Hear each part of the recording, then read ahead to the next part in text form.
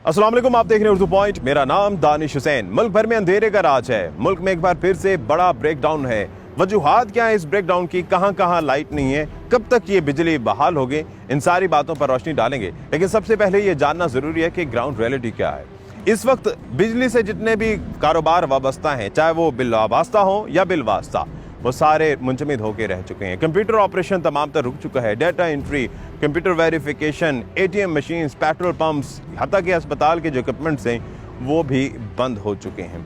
यही वजह है कि आज हम अपना व्लॉग जो है वो स्टूडियो में बैठ के नहीं कर रहे, बल्कि बाहर खड़े होकर इस कुदरती रोशनी का फ़ायदा उठाते हुए आप तक तमाम हक़ाइक़ पहुँचा रहे हैं। अब आते हैं कि मुल्क के मुख्तलिफ सूबों में क्या सूरत हाल है।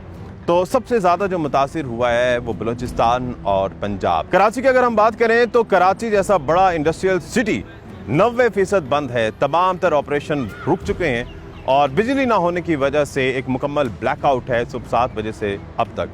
के इलेक्ट्रिक के मुताबिक 6 से 7 घंटे में बिजली बहाल तो हो जाएगी, लेकिन अभी तक की इत्तलात के मुताबिक वो बिजली जो है वो बहाल नहीं होगी। लेकिन ये मुकम्मल तौर पर पूरे कराची में नहीं बल्कि जुज़वी तौर पर इस बिजली को जो है वो बहाल किया जाएगा।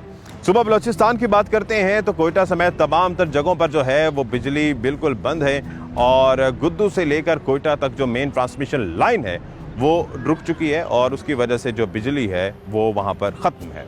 पंजाब के तमाम बड़े शहर भी इस वक्त बग़ैर बिजली के चल रहे हैं और इसी वजह से वेरिफिकेशन ऑपरेशन, सरकारी और गैर सरकारी जितने भी इदारे हैं वहाँ पर कोई कंप्यूटर नहीं चल रहा, कोई कंप्यूटर ऑपरेशन नहीं हो रहा और जितनी भी प्राइवेट कंपनीज़ हैं उनके जो ऑनलाइन सिस्टम, जदीद दौर है, वो तमाम ऑनलाइन सिस्टम जो हैं वो रुक चुके हैं। वफाकी दारुलहुकूमत इस्लामाबाद के 117 गृह स्टेशन भी इस टाइम बंद हैं और पंजाब के तमाम बड़े शहर लाहौर, फैसलाबाद, मुल्तान, शोरकोट, पीर महल और इन तमाम तर शहरों में जो है वो बिजली नहीं है।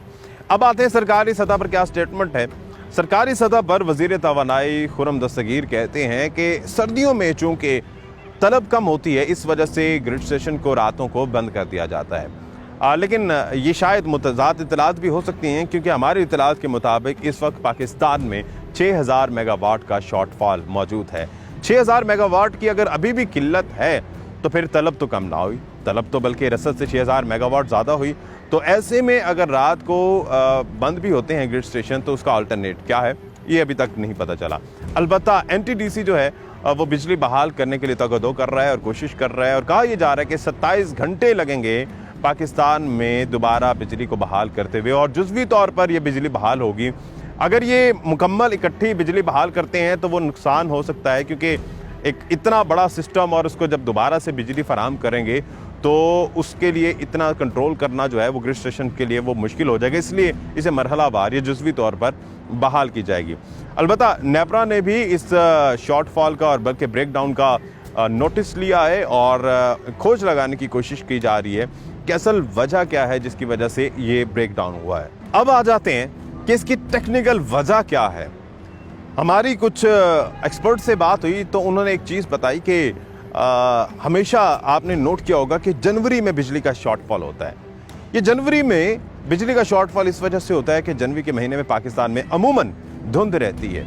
धुंध की वजह से जो मेन ट्रांसमिशन लाइन के जो इंसुलेटर हैं उस पर चूँकि मिट्टी जमी होती है और धुंध की वजह से वो जो इंसुलेटर हैं वो कंडक्टर का काम करना शुरू कर जाते हैं, जिसकी वजह से ये ब्रेक डाउन होता है। ये जितने भी है फ्रिक्वेंसी भी फ्लक्चुएट होती है और उससे तमाम तर जो सिस्टम है वो ट्रिप कर जाता है और इसीलिए हमें धुंध के दिनों में अक्सर ये शॉर्टफॉल का सामना करना पड़ता है। अब इसका हल माहिरीन क्या बताते हैं। हल माहिरीन के मुताबिक ये है कि जो इंसुलेटर जो हैं वो मिट्टी की तय जम जाती है और ख़ास तौर पे सर्दियों के दिनों में धुंध की वजह से उसमें नमी आती है और वो कंडक्टर बन जाते हैं, तो उस मिट्टी को वॉश किया जाए। उनकी वॉशिंग जब होगी तो उससे जो है वो मिट्टी जमेगी नहीं और मिट्टी के जमने से वो इंसुलेटर जो है वो कंडक्टर का काम नहीं कर सकेंगे और इस तरह से ये जितना भी मेन ट्रांसमिशन लाइन का जो सिस्टम है वो ट्रिप नहीं करेगा। तो ये अभी तक जो सलूशन माहिरीन की जानिब से बताया जा रहा है। अब देखना ये है कि इस पर कितना अमल होता है और पाकिस्तान में बिजली दोबारा कब आती है। दानिश हुसैन को इजाज़त दीजिए, अल्लाह निगहबान।